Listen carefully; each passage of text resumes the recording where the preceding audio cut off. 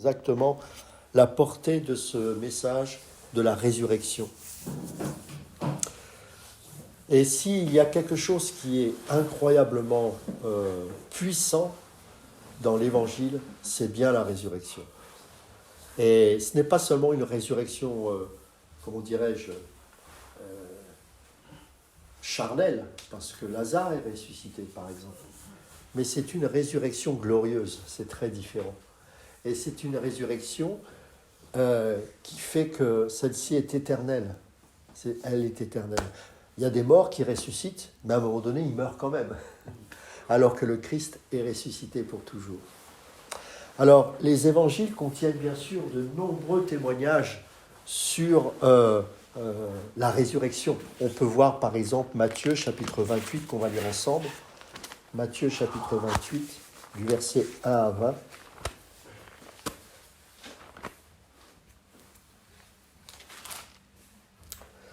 Après le sabbat, à l'aube du premier jour de la semaine, Marie de Magdala et l'autre Marie allèrent voir le sépulcre. Et voici, il y eut un grand tremblement de terre, car un ange du Seigneur descendit du ciel, vint rouler la pierre et s'assit dessus. Son aspect était comme l'éclair et son vêtement blanc comme la neige. Les gardes tremblèrent de peur et devinrent comme morts. Mais l'ange prit la parole et dit aux femmes, « Pour vous ne craignez pas, car je sais que vous cherchez Jésus qui a été crucifié. Il n'est point ici, il est ressuscité comme il l'avait dit. Venez, voyez le lieu où il était couché et allez promptement dire à ses disciples qu'il est ressuscité des morts. Et voici, il vous précède en Galilée, c'est là que vous le verrez. Voici, je vous l'ai dit. » Elles s'éloignèrent promptement du sépulcre avec crainte et avec une grande joie, et elles coururent porter la nouvelle aux disciples. Et voici, Jésus vint à leur rencontre et dit, « Je vous salue !» Elles s'approchèrent pour saisir ses pieds et elles l'adorèrent. Alors Jésus leur dit, « Ne craignez pas, allez dire à mes frères de se rendre en Galilée, c'est là qu'ils me verront. » Pendant qu'elles étaient en chemin, quelques hommes de la garde entrèrent dans la ville et annoncèrent aux principaux sacrificateurs tout ce qui était arrivé. Ceux-ci, après s'être assemblés avec les anciens et avoir tenu conseil, donnèrent aux soldats une forte somme d'argent en disant, « Dites, ces disciples sont venus de nuit le dérober pendant que nous dormions.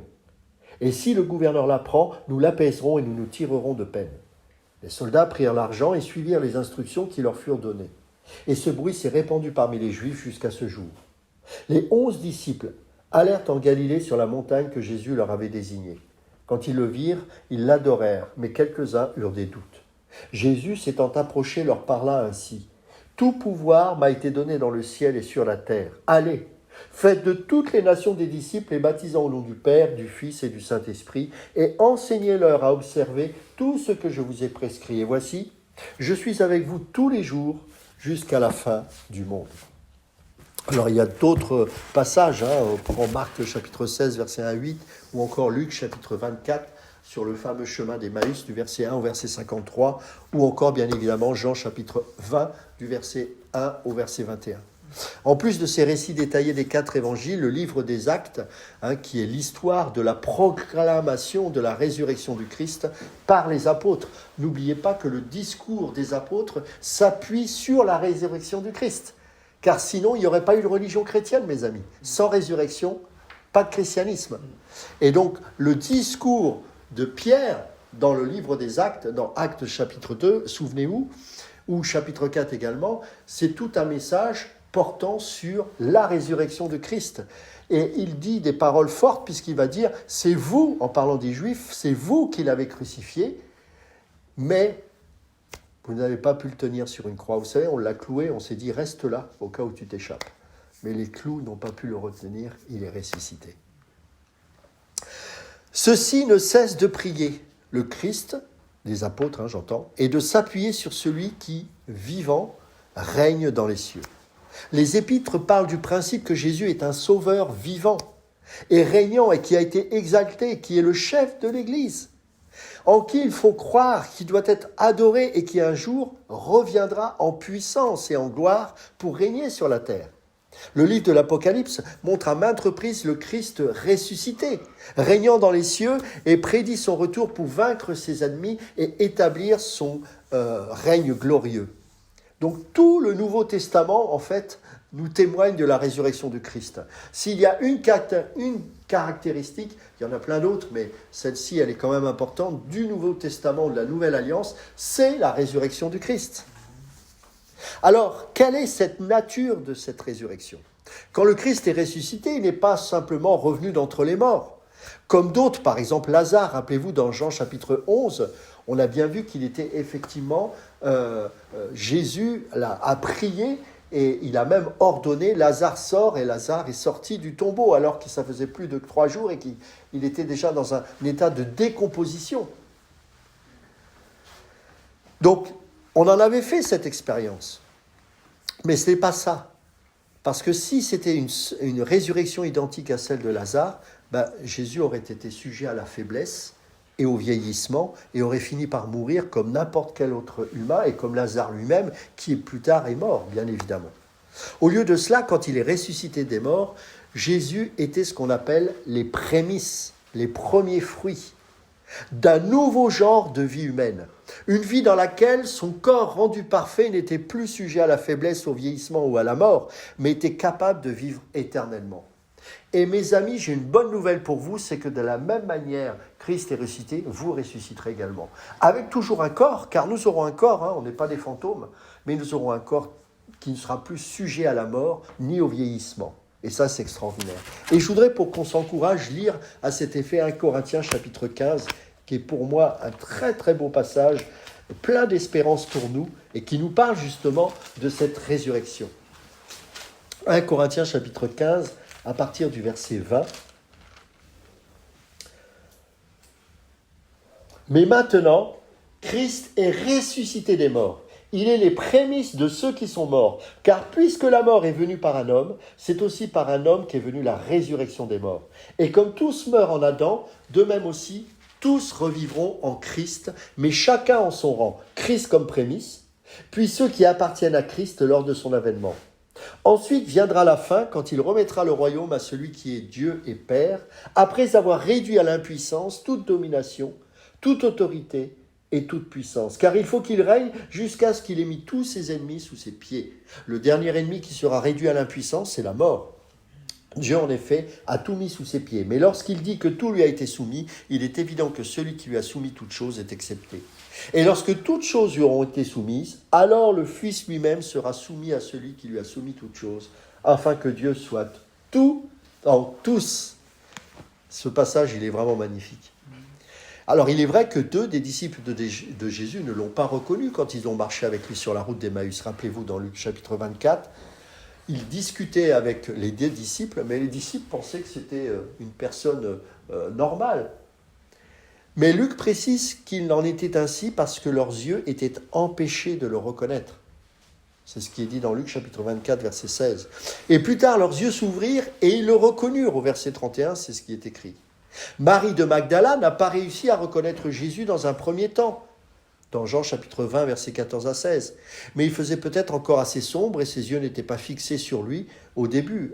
Elle était arrivée alors qu'il faisait encore très sombre, nous dit la parole. Et elle s'est tournée vers lui pour lui parler après l'avoir reconnu. À d'autres occasions, les disciples semblent avoir reconnu Jésus assez rapidement. Quand Jésus est apparu aux 11 disciples à Jérusalem, ils ont d'abord été étonnés et effrayés, rappelez-vous. Mais après avoir vu ses mains et ses pieds et l'avoir regardé manger un morceau de poisson, ils ont été convaincus qu'il était ressuscité des morts. Ces exemples indiquent qu'il y avait une grande continuité entre l'apparence physique de Jésus avant sa mort et son apparence physique après sa résurrection. Sinon, ils ne l'auraient pas reconnu. Son apparence physique n'était toutefois pas exactement la même, car en plus de l'étonnement initial des disciples face à ce qu'ils avaient apparemment de la difficulté à croire, il semblerait qu'ils aient eu du mal à le reconnaître dans un premier temps. Peut-être cette différence extérieure était-elle simplement la différence entre un homme qui avait connu des épreuves. Rappelez-vous tout ce qu'il a pu souffrir. Et même avant d'avoir été martyrisé à la croix, c'était quelqu'un qui était habitué à la souffrance, qui a beaucoup jeûné, qui priait les nuits entières. C'est vrai qu'on a du mal à se représenter Jésus, on l'a tellement mis dans des films avec un aspect quand même assez flatteur, on va dire, dans un premier temps, avant qu'il aille à la croix. Sauf que c'était quelqu'un qui, bien sûr, pouvait se réjouir, pouvait manger avec les siens, Mais lorsque vous regardez sa vie, il était entièrement soumis au Père, il cherchait sa volonté en permanence, il était capable de jeûner et de passer des nuits entières. Rappelez-vous qu'avant d'introduire son ministère, pendant 40 jours, il a été tenté dans le désert. Vous croyez que ça ne laisse pas des traces physiquement ? Ésaïe nous confirme qu'il n'avait ni éclat ni beauté. Ça ne nous parle pas seulement de la croix. C'est la souffrance. Et donc quand vous avez un corps qui est ressuscité, un corps qui est glorifié, évidemment il y a un tel changement qui se produit. Nous-mêmes, nous serons certainement surpris de voir la différence qu'il y aura entre ce corps que nous avons à présent et le corps glorieux. Donc il est facile à comprendre que pour les disciples, même physiquement, c'était ok, ils reconnaissaient certainement le Seigneur, mais dans un premier temps, c'était difficile tellement il n'y avait plus de séquelles de toutes ces souffrances. Et c'est une des caractéristiques d'ailleurs du corps de la résurrection d'un corps ou d'un corps glorifié.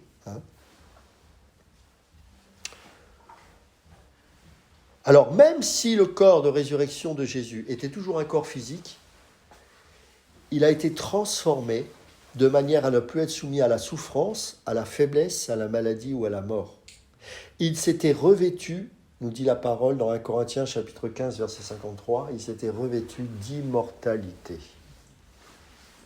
Paul dit que le corps de résurrection est incorruptible, glorieux, plein de force, corps spirituel, nous dit la parole, toujours dans 1 Corinthiens 15, versets 42 à 44.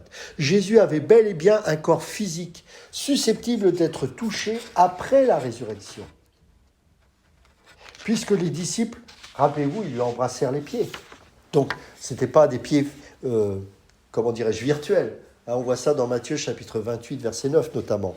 Les disciples d'Emmaüs l'ont pris pour un simple voyageur. Donc, il avait bien une apparence humaine. Il a pris et partagé le pain. Dans Luc chapitre 24, verset 30, il a mangé un morceau de poisson grillé pour démontrer clairement qu'il avait un corps physique et n'était pas juste un esprit. Marie l'a pris pour un jardinier. Il a montré aux disciples ses mains et son côté. Il a invité Thomas à toucher ses mains et son côté également. Il a préparé le petit déjeuner pour ses disciples et il leur a dit explicitement « Regardez mes mains et mes pieds et reconnaissez que c'est bien moi. Touchez-moi et regardez, car un esprit n'a ni chair ni os. Or, vous voyez bien que j'en ai. » Luc chapitre 24, verset 39. Pierre a dit dans Actes chapitre 10, verset 41, « Nous avons mangé et bu avec lui après sa résurrection d'entre les morts. » Donc, on voit bien là, parce que vous savez, vous avez beaucoup de gens, je ne sais pas si ça vous est arrivé de rencontrer des personnes comme ça, qui vont vous dire que finalement le Seigneur est ressuscité. D'ailleurs, les pères de l'Église ont confronté certains théologiens qui prêchaient ça, mais que ce n'était pas un corps physique, c'était un esprit. Non. Pourquoi ? Parce qu'il nous a promis que notre corps allait retrouver ce qu'il avait perdu après la chute. Le corps en lui-même, Dieu l'a créé, il n'est pas mauvais. Sinon, quel était l'intérêt de créer un tel corps ? Nous avons été créés à l'image de Dieu.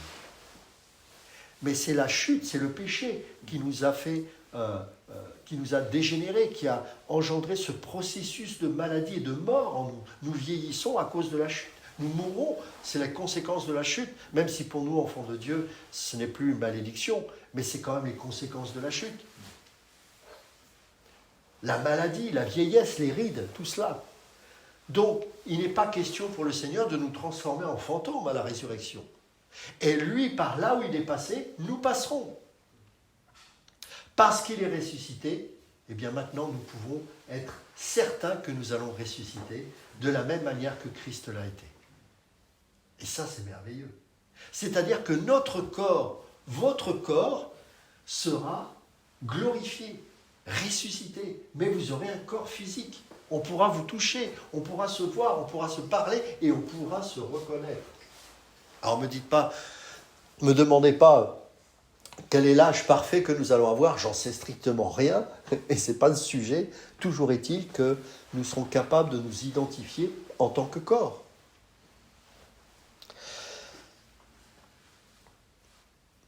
En ce qui concerne donc cette nature du corps de résurrection de Jésus, beaucoup plus déterminant que les textes qui parlent de Jésus apparaissant et disparaissant, sont les textes qui montrent clairement que Jésus avait un corps physique fait de chair et d'os. Donc c'est important de comprendre ces choses. Il pouvait manger, il pouvait boire, il pouvait rompre le pain, il préparait, comme je le disais, le petit déjeuner, il pouvait être touché. Et contrairement aux textes sur les apparitions et les disparitions de Jésus, ces textes ne peuvent pas faire l'objet d'une autre explication qui nierait le corps physique de Jésus. Alors comment expliquer, vous allez me dire, le fait que il y a de temps en temps, il pouvait disparaître, il pouvait se montrer. Alors moi, je ne suis pas un adepte de ceux qui disent qu'il pouvait traverser les murs ou je ne sais quoi. Je vous rappelle que quand Pierre est sorti de la prison, les portes se sont ouvertes et les anges l'ont conduit. À un moment donné, c'est bien son corps qui a vécu ces choses. Donc il se peut que le Seigneur, autour de lui, ait provoqué une atmosphère qui faisait qu'ils étaient empêchés de le voir, et que d'un seul coup, ils ont pu le voir. Mais moi, je ne crois pas que c'était un fantôme. Donc il ne pouvait pas, comme ça... Bien sûr, il peut faire toute chose, il est Dieu. Mais ce que je veux dire par là, c'est que pendant au moins 40 jours, le Seigneur, après sa résurrection, s'est montré avec son corps. Il a mangé, il a partagé, il a enseigné, il a continué d'enseigner avec eux. Et c'est ce que les apôtres témoigneront dans le livre des Actes également. Pendant 40 jours, il a été avec eux. Et rappelez-vous dans Actes chapitre 1, verset 9, que ensuite il est monté au ciel avec son corps physique. Et il dira que de la même manière je suis monté, je reviendrai. Donc il reviendra avec ce corps physique. Dans le livre de l'Apocalypse, vous le voyez avec ce corps physique. Et si l'ange a aussitôt dit aux disciples que ce Jésus qui a été enlevé au ciel du milieu de vous en redescendra un jour de la même manière que vous l'avez vu y monter, Actes chapitre 1, verset 11, alors Jésus leur a clairement enseigné que son corps de résurrection était un corps physique. Si la forme habituelle du corps de résurrection de Jésus était immatérielle, alors on pourrait soupçonner Jésus d'avoir induit les disciples en erreur par ses apparitions matérielles répétées. Si Jésus était habituellement immatériel et sur le point de devenir immatériel pour toujours à partir de l'ascension, alors il serait vraiment trompeur de sa part de dire « Regardez mes mains et mes pieds et reconnaissez que c'est bien moi. Touchez-moi et regardez, car un esprit n'a ni chair ni os. Or, vous voyez bien que j'en ai. » C'est dans Luc chapitre 24, verset 39. La résurrection physique de Jésus est le fait qu'il possède éternellement un corps de résurrection physique. Et cela témoigne clairement de l'excellence de la création matérielle initiale. Rappelez-vous ce que Dieu dira lorsqu'il a créé l'homme.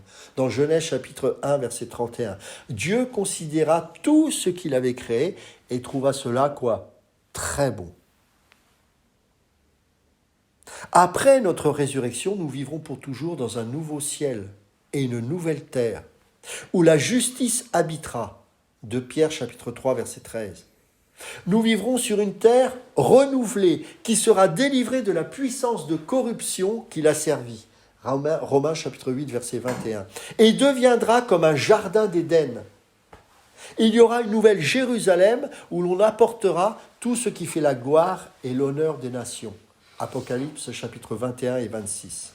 Et il y aura le fleuve de la vie, limpide comme du cristal, jaillissant du trône de Dieu et de l'agneau. Au milieu de l'avenue de la ville, entre deux bras du fleuve, se trouve l'arbre de vie. Il produit 12 récoltes chaque mois, il porte son fruit. Ses feuilles servent à la guérison des nations. Apocalypse chapitre 22, versets 1 et 2. Dieu a placé à la création, Adam et Ève, dans un endroit spécifique de la terre, ce qui était le jardin d'Éden. Et Dieu a donné cette mission Croissez, multipliez, remplissez, entretenez le jardin. Pourquoi ? Parce que ce jardin d'Éden devait couvrir toute la surface de la terre. Aujourd'hui, tant que nous sommes en vie, nous avons pour mission de propager la bonne nouvelle du royaume de Dieu, afin qu'elle puisse couvrir la surface de la terre. Et quand le moment sera venu, le Seigneur viendra avec une nouvelle terre complètement transformée et renouvelée. Et ce jardin d'Éden couvrira enfin toute la surface de la terre, car elle sera enfin délivrée du péché et de la mort. Et nous y vivrons. Quelle espérance! Une terre dans sa nature extraordinairement renouvelée, avec des corps qui ne subiront plus la maladie, la souffrance, la vieillesse, la mort. Nous serons heureux dans un jardin d'Éden magnifique où le ciel sera sur terre et où Jésus régnera sur son trône pour l'éternité. Voilà notre espérance. Ce n'est pas un nuage de coton où nous allons avec des ailes comme ça virevolter de nuage en nuage. Non, il y aura une terre, il y aura des nations, il y aura quelque chose de totalement transformé.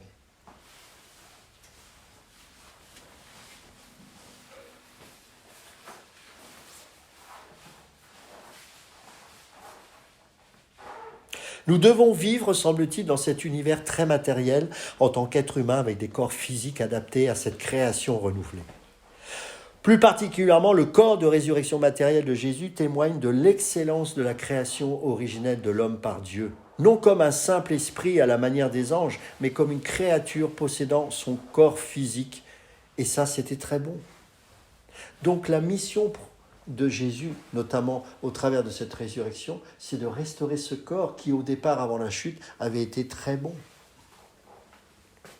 Il ne faut pas tomber dans l'erreur de penser que l'existence immatérielle est en quelque sorte une meilleure forme d'existence pour les créatures. Quand Dieu nous a façonnés comme le sommet de sa création, il nous a donné des corps physiques. C'est dans un univers de corps physiques rendus parfaits que Jésus est ressuscité des morts. Il règne aujourd'hui dans les cieux et reviendra nous chercher pour que nous soyons avec lui pour l'éternité. Le Père et le Fils ont tous deux participé à la résurrection. Certains textes affirment que Dieu le Père a ressuscité le Christ d'entre les morts. Mais d'autres textes parlent de Jésus comme participant à sa propre résurrection. Jésus a dit « Si le Père m'aime, c'est parce que je donne ma vie, mais ensuite je la reprendrai. En effet, personne ne peut m'ôter la vie. Je la donne de mon propre gré. J'ai le pouvoir de la donner et de la reprendre. Tel est l'ordre que j'ai reçu de mon Père. » Jean chapitre 10, versets 17 à 18, chapitre 2, versets 19 à 21. Il est préférable de conclure que le Père et le Fils ont tous deux participé à la résurrection. En fait, Jésus dit « Je suis la résurrection et la vie ». Jean chapitre 11, verset 25. Alors, quelle est l'importance pour nous de la résurrection ? Parce que c'est bien la question qu'il faut se poser. Pierre dit que Jésus nous a fait naître à une vie nouvelle. Vous savez quoi ? Sans la résurrection, pas de nouvelle naissance.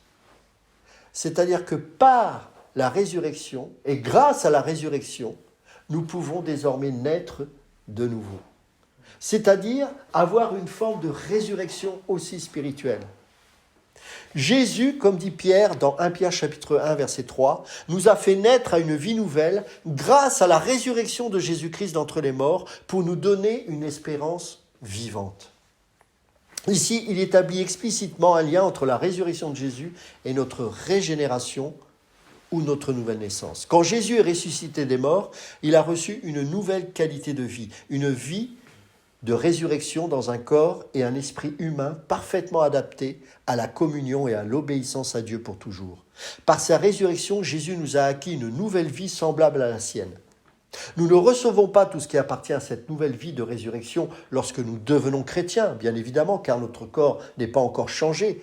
Il reste soumis à la faiblesse, au vieillissement et à la mort, mais nous sommes vivifiés dans notre esprit par une nouvelle puissance de résurrection.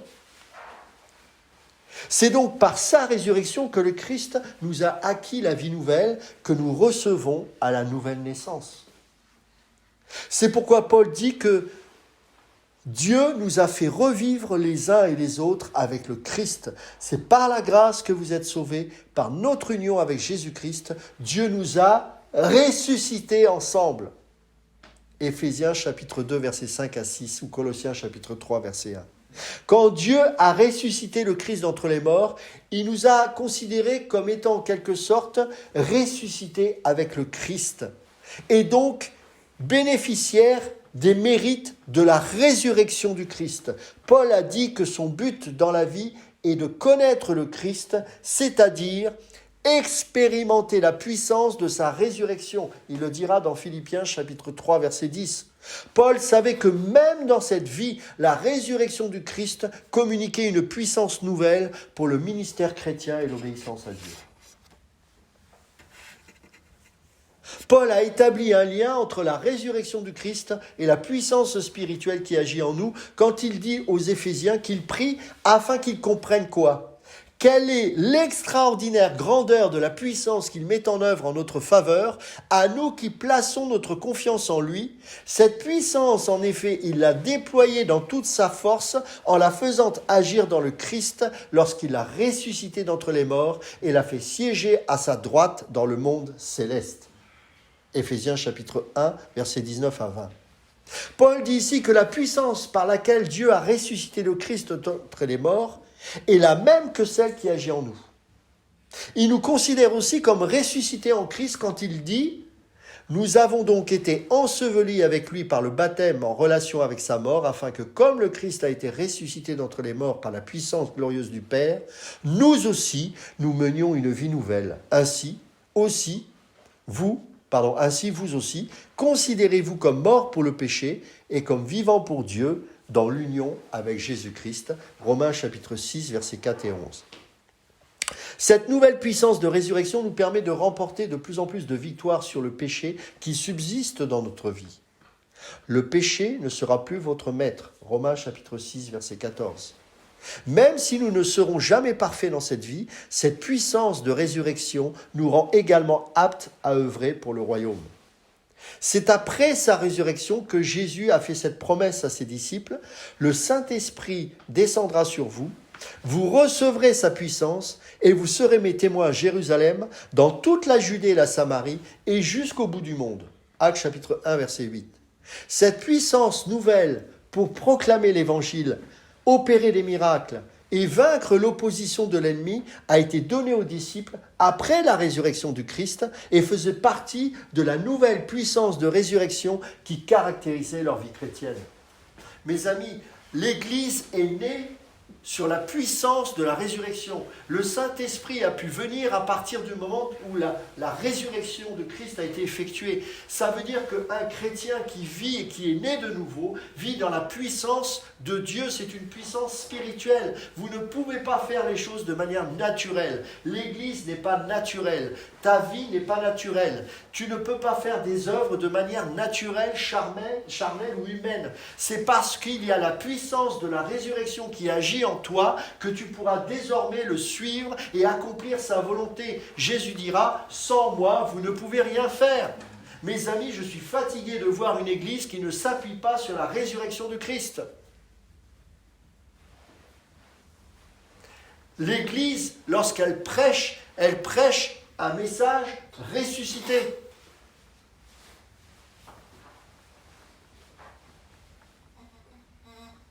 Est-ce que nous saisissons réellement ça ? Un chrétien, lorsqu'il implante une œuvre, doit avoir les yeux de la foi. Il doit avoir les yeux spirituels sur ce qui a déjà été accompli et qui lui a été transmis par le Seigneur, par la puissance de la résurrection, par la foi. C'est pour ça qu'on ne regarde pas au résultat, mais on regarde à la vision. Et ainsi, cette vérité devient une réalité et elle mène à l'existence des choses qui ne sont pas.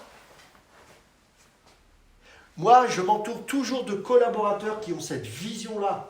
Pas des gens qui regardent de manière charnelle, mais qui ont capté la vision. Si nous croyons que véritablement le Seigneur est à l'œuvre, alors nous faisons les choses. Ce n'est pas en termes de résultats, mais en termes de fruits. Ce n'est pas la même chose. Le fruit, c'est quelque chose qui sort de manière spirituelle, de manière surnaturelle, de manière comme une résurrection. Regardez Abraham, il est parti sans savoir réellement où il allait et pourquoi même il partait. Et aujourd'hui, nous sommes tous les fils d'Abraham. Jésus est ressuscité.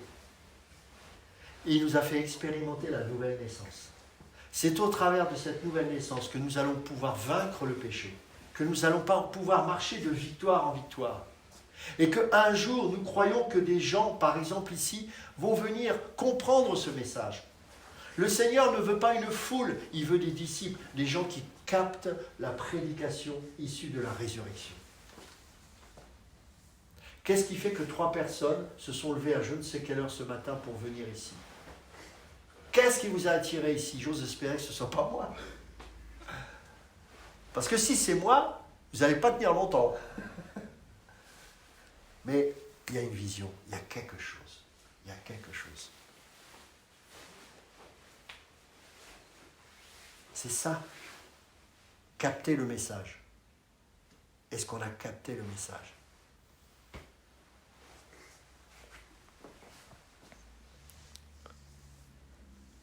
L'importance de la résurrection de Christ parce qu'elle nous garantit la régénération. La résurrection du Christ garantit aussi notre justification. Paul n'associe explicitement la résurrection du Christ à notre justification ou le fait de ne pas être déclaré coupable mais juste devant Dieu que dans un seul passage. Et il se trouve dans Romains chapitre 4 verset 25. Regardez, il dit ceci. Jésus a été livré pour nos fautes et Dieu l'a ressuscité pour que nous soyons déclarés justes. C'est pour ça que l'ennemi ne peut pas nous condamner. Parce que la résurrection atteste que désormais nous sommes justes. Comment se fait-il que nous soyons justes? Parce que la condamnation qui a été sur le Seigneur des Seigneurs, le fait que Dieu a agréé ce sacrifice parce qu'il était le seul agneau pur et sans tache, pour que la preuve qu'il soit agréé, c'est la résurrection, sinon il serait mort. Et parce qu'il a été agréé, et parce qu'il est donc ressuscité, eh bien nous sommes justifiés. Tout simplement. Donc la justification, elle est aussi quelque part spirituelle, parce que nous ne pouvons pas nous justifier. Nous ne sommes pas justifiables, nous sommes coupables, nous méritons l'enfer et la mort. Mais comme le Seigneur a tout pris sur lui, et qu'il a obtenu l'agrément de Dieu par la résurrection, eh bien il nous a rendus justes avec lui. Donc, comme nous sommes justifiés de manière spirituelle par la résurrection, nous n'avons pas à nous justifier devant des hommes et des femmes. Notre justification ne dépend pas de nos œuvres, elle est due à la résurrection du Christ. En ressuscitant le Christ d'entre les morts, Dieu a déclaré qu'il approuvait son œuvre de rédemption, parce que le Christ s'est abaissé lui-même en devenant obéissant jusqu'à subir la mort, oui, la mort sur la croix. Philippiens chapitre 2, verset 8. Dieu l'a élevé à la plus haute place. Philippiens chapitre 2, verset 9. En ressuscitant le Christ d'entre les morts, Dieu le Père disait en fait qu'il approuvait ses souffrances et sa mort pour nos péchés, considérerait que son œuvre était achevée et qu'il n'était plus nécessaire que le Christ reste mort. C'est ça le sens. Il n'y avait plus aucune peine à porter, plus aucune colère à subir de la part de Dieu, plus aucune culpabilité passible du jugement. Il avait entièrement payé pour nos péchés. Par la résurrection, Dieu disait au Christ, « J'approuve ce que tu fais et tu as trouvé grâce à mes yeux. » C'est la raison pour laquelle Paul dit que Dieu l'a ressuscité pour que nous soyons déclarés justes. Si Dieu nous a ressuscités ensemble, alors, en vertu de notre union avec Christ, c'est également nous que Dieu approuve quand il approuve le Christ. Quand le Père a dit au Christ « Tout a été payé et tu n'es pas coupable, mais juste à mes yeux », il a fait une déclaration qui s'applique à tous ceux qui croient en Christ pour être sauvés. Ainsi, la résurrection du Christ constitue également la preuve finale qu'il avait obtenu notre justification.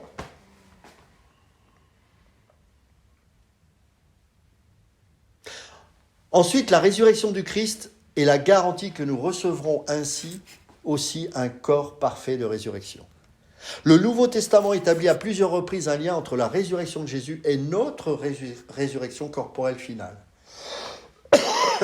1 Corinthiens, chapitre 6, verset 14. « Comme Dieu a ressuscité le Seigneur d'entre les morts, il nous ressuscitera nous aussi par sa puissance. » 2 Corinthiens, chapitre 4, verset 14. « Dieu qui a ressuscité le Seigneur Jésus nous ressuscitera aussi avec Jésus et nous fera paraître avec vous en sa présence. » Mais la discussion la plus approfondie sur le lien entre la résurrection du Christ et la nôtre se trouve bien sûr dans 1 Corinthiens chapitre 15, versets 12 à 58.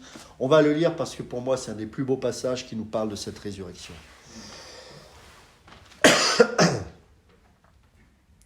Or, si l'on prêche que Christ est ressuscité des morts, pourquoi quelques-uns parmi vous disent-ils qu'il n'y a point de résurrection des morts ? S'il n'y a point de résurrection des morts, Christ non plus n'est pas ressuscité. Et si le Christ n'est pas ressuscité, notre prédication est donc vaine. Et votre foi aussi est vaine. Il se trouve même que nous sommes de faux témoins à l'égard de Dieu, puisque nous avons témoigné contre Dieu qu'il a ressuscité Christ, tandis qu'il ne l'aurait pas ressuscité si les morts ne ressuscitent point. Car si les morts ne ressuscitent point, Christ non plus n'est pas ressuscité. Et si Christ n'est pas ressuscité, votre foi est vaine, vous êtes encore dans vos péchés. Et par conséquent aussi, ceux qui sont morts en Christ sont perdus. Si c'est dans cette vie seulement que nous espérons en Christ, nous sommes les plus malheureux de tous les hommes. Mais maintenant, Christ est ressuscité des morts, il est les prémices de ceux qui sont morts. Car puisque la mort est venue par un homme, c'est aussi par un homme qu'est venue la résurrection des morts. Et comme tous meurent en Adam, de même aussi tous revivront avec Christ. Mais chacun en son rang. Christ comme prémisse, puis ceux qui appartiennent à Christ lors de son avènement. Ensuite viendra la fin, quand il remettra le royaume à celui qui est Dieu et Père, après avoir réduit à l'impuissance toute domination, toute autorité et toute puissance. Car il faut qu'il règne jusqu'à ce qu'il ait mis tous ses ennemis sous ses pieds. Le dernier ennemi qui sera réduit à l'impuissance, c'est la mort. Dieu en effet a tout mis sous ses pieds, mais lorsqu'il dit que tout lui a été soumis, il est évident que celui qui lui a soumis toute chose est excepté.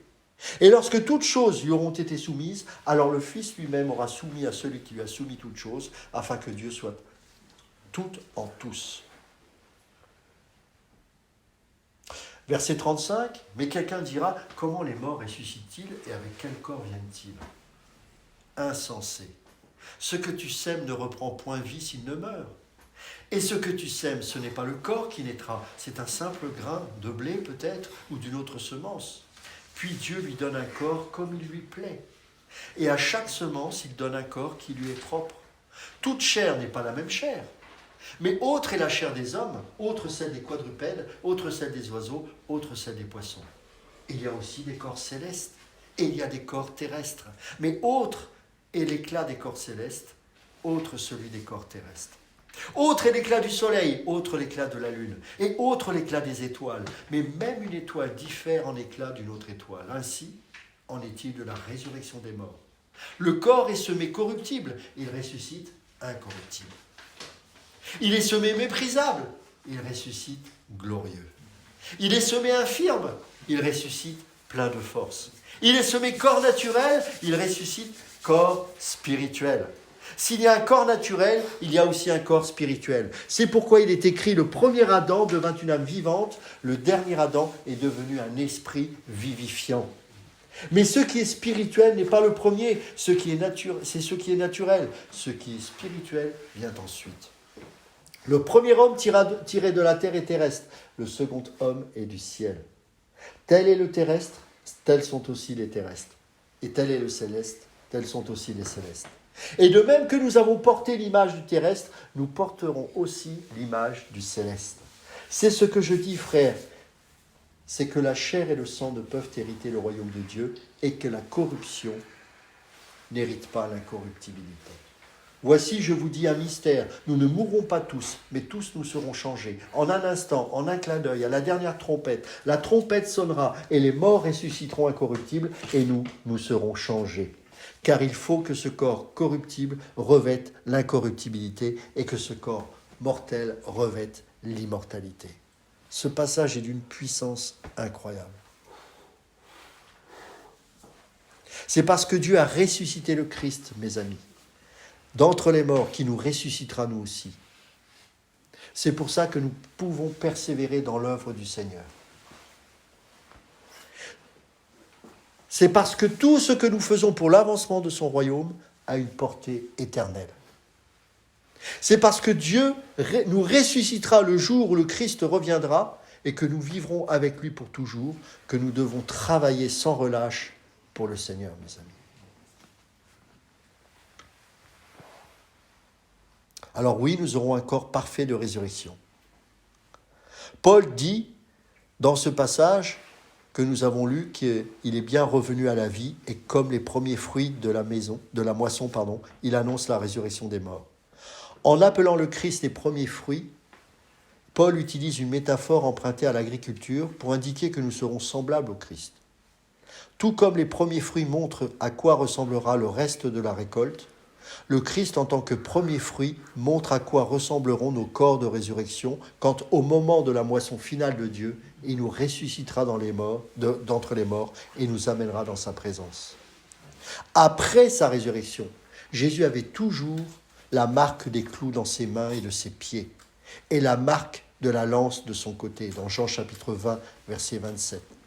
Les gens se demandent parfois si cela indique que nos corps de résurrection conserveront les cicatrices laissées par de graves blessures reçues ici-bas.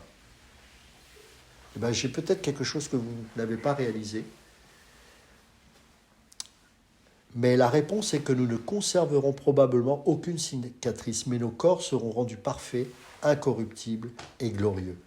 Les cicatrices laissées par la crucifixion du Christ sont particulières parce qu'elles sont un rappel éternel de ses souffrances et de sa mort pour nous. Le fait qu'il conserve ces cicatrices n'implique pas nécessairement que nous conserverons les nôtres. Au lieu de cela, toutes nos blessures seront guéries et nous hériterons d'un corps parfait. La seule marque qui restera pour l'éternité, c'est le trou dans ses mains et le côté percé, pour que nous puissions ne jamais oublier que tout ce qu'il a fait pour notre salut, c'était ça. C'était ça. Cette portée de la résurrection, mes amis, nous pousse à œuvrer pour le Seigneur. Qu'est-ce qui nous donne la persévérance? Qu'est-ce qui fait que nous croyons que des choses peuvent arriver? C'est parce que nous avons une vie de résurrection en nous qui nous fait espérer contre toute espérance. Paul considère également que la résurrection a des répercussions sur notre obéissance à Dieu, mes amis. Après avoir longuement traité de la résurrection, Paul conclut en encourageant ses lecteurs. Il dira dans 1 Corinthiens chapitre 15, verset 58, « C'est pourquoi, mes chers frères, soyez fermes, ne vous laissez pas ébranler, travaillez sans relâche pour le Seigneur, sachant que la peine que vous vous donnez au service du Seigneur n'est jamais inutile. C'est parce que Dieu a ressuscité le Christ entre les morts et qui nous ressuscitera nous aussi que nous devrions persévérer pour l'œuvre du Seigneur. C'est parce que tout ce que nous faisons pour l'avancement de son royaume a une portée éternelle. C'est parce que Dieu nous ressuscite le jour où le Christ reviendra et que nous vivrons avec lui pour toujours que nous devrions travailler sans relâche pour le Seigneur. Ensuite, Paul nous encourage, lorsque nous pensons à la résurrection, à considérer avec attention la récompense éternelle qui nous attend. Il voit la résurrection comme le moment où toutes les luttes de cette vie seront récompensées. Tu souffres à cause de ta foi, persévère. Persévère, parce que Christ est ressuscité et une récompense t'est réservée. Si le Christ n'est pas ressuscité, il n'y a pas de résurrection, alors votre foi est une illusion et vous êtes encore sous le poids de vos péchés. De plus, ceux qui sont morts, sont unis au Christ, sont à jamais perdus. Si c'est seulement pour la vie présente que nous avons mis notre espérance dans le Christ, nous sommes les plus à plaindre. Mais parce que le Christ est ressuscité, et parce que nous sommes ressuscités avec lui, nous devons rechercher les récompenses célestes et penser aux choses d'en haut. Rappelez-vous ce qu'il dit dans Colossiens chapitre 3, versets 1 à 4.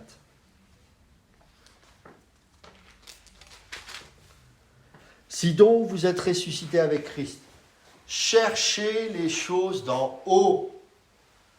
Qu'est-ce qu'on aime se préoccuper des choses de la terre? À quoi ça sert d'être né de nouveau si c'est pour vivre encore avec les pensées de notre ancienne nature? Paul nous le dit ici clairement. Cherchez les choses d'en haut, où Christ est assis à la droite de Dieu. Attachez-vous aux choses d'en haut et non à celles qui sont sur la terre. Pourquoi? Parce que les choses de la terre pourriront un jour ou l'autre. Alors que celles que vous faites, ces œuvres pour le Seigneur, ont une portée éternelle qui ne disparaîtront jamais. Alors pourquoi passer 90% de son énergie et de son temps à des choses futiles et vaines qui disparaîtront un jour? Car vous êtes morts et votre vie est cachée avec Christ en Dieu. Quand Christ, votre vie, paraîtra, c'est fort, hein? Quand Christ, votre vie, pas seulement votre Dieu, quand Christ, votre vie, paraîtra, alors vous paraîtrez aussi avec lui dans la gloire.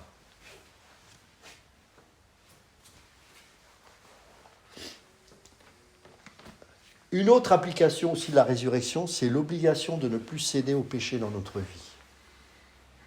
Après avoir dit que nous devons considérer comme morts, de se considérer comme morts pour le péché, comme vivants pour Dieu dans l'union avec Jésus-Christ, en raison de la résurrection du Christ et de sa puissance, de la résurrection qui agit en nous, dans Romains chapitre 6, verset 11, Paul ajoute aussitôt que le péché n'exerce donc plus sa domination sur votre corps mortel. Ne mettez pas vos membres à la disposition du péché. Ne mettez pas vos membres à la disposition du péché. Romains chapitre 6, versets 12 et 13. Il s'appuie sur le fait que nous possédons cette nouvelle puissance de résurrection pour nous exhorter à ne plus pécher. La victoire sur le péché dans ton quotidien, c'est en t'appuyant sur cette force qui est issue de la résurrection. Sans moi, vous ne pouvez rien faire, dit le Seigneur. C'est le Saint-Esprit qui convainc, mais c'est aussi le Saint-Esprit qui transforme et qui vit en toi et qui fait que ce processus de vie est en train d'agir en toi.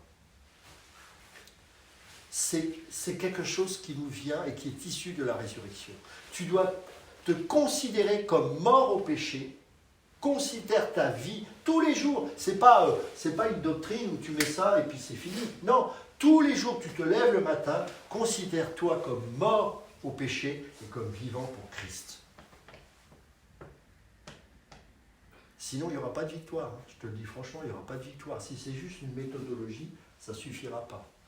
Tu dois te considérer comme mort parce que tu es mort avec Christ et tu es ressuscité. Tu t'es baptisé, le baptême que tu as fait, le baptême d'eau, eh bien, il symbolise ça. Tu es mort avec lui et tu es ressorti vivant avec lui. Mais vivant avec une nouvelle nature, avec un être régénéré, désormais qui aura reçu la puissance pour marcher sur le péché de victoire en victoire. Pour accomplir les œuvres que tu ne parvenais pas à réaliser dans ta religion ou dans ton athéisme. Parce que tu n'avais pas les mêmes buts, les mêmes motivations. Mais ta nouvelle naissance t'a donné une nouvelle identité, une nouvelle pensée, une nouvelle manière d'agir, de faire et de vivre. Cette Église-là a besoin de ressortir de ses cendres, mes amis. Et ça commence par l'enseignement et la pratique de la parole. Pourquoi les églises sont pleines à craquer aujourd'hui? C'est parce qu'on les divertit. Et les gens sont dans le divertissement.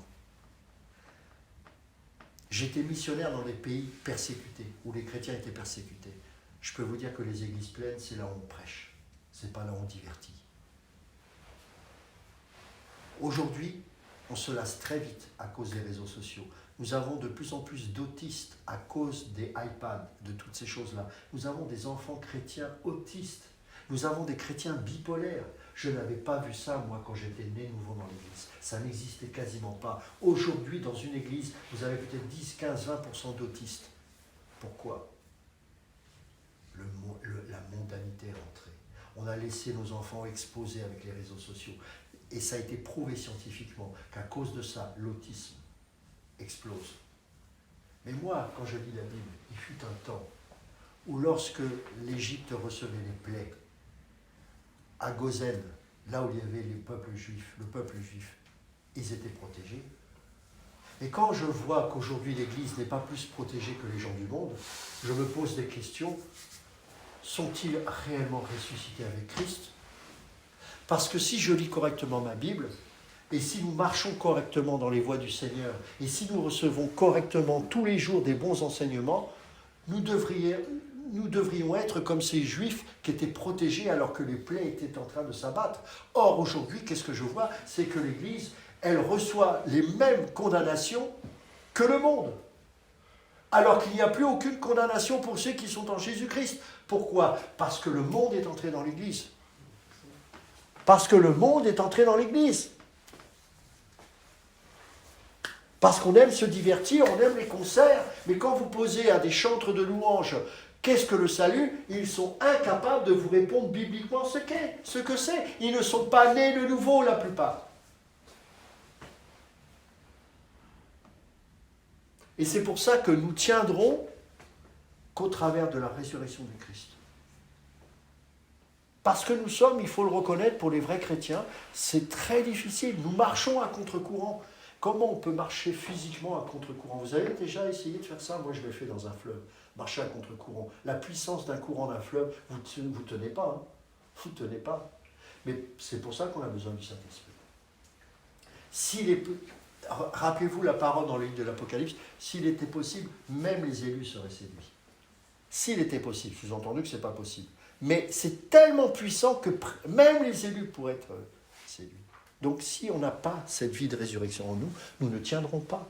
C'est pour ça que la première question la plus importante, c'est: es-tu né de nouveau? Es-tu une nouvelle créature en Christ? Sans cela, la vie chrétienne n'est pas possible. Ce n'est qu'une vie d'apparence et de façade. Et c'est pour ça que nous pouvons rendre grâce au Seigneur pour la résurrection et pour le Saint-Esprit qui nous a été envoyé grâce à cette résurrection. Parce que désormais, nous vivons non pas de manière naturelle, mais de manière spirituelle. Amen.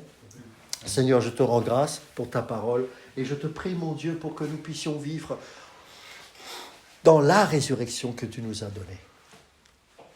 Nous nous reconnaissons comme morts en Christ, comme morts au péché, morts en Christ et vivants pour Christ. Seigneur, tu nous as justifiés, tu nous as rachetés, tu nous as sauvés, tu nous as délivrés, Seigneur. Mais nous voulons dans notre quotidien vivre cette vie de résurrection. Nous voulons semer pour le royaume de Dieu des œuvres qui auront une portée éternelle. Mais sans toi, sans ta vision, sans la compréhension du royaume de Dieu, nous ne pouvons opérer. C'est impossible. C'est pour ça que nous te demandons, Seigneur, de nous éclairer encore davantage sur ce que nous sommes et ce que nous sommes appelés à vivre, afin que nous puissions faire le tri dans notre vie de ce qui est charnel et de ce qui est spirituel. Père, je t'ai prié au nom de ton Fils Jésus-Christ. Amen. Amen.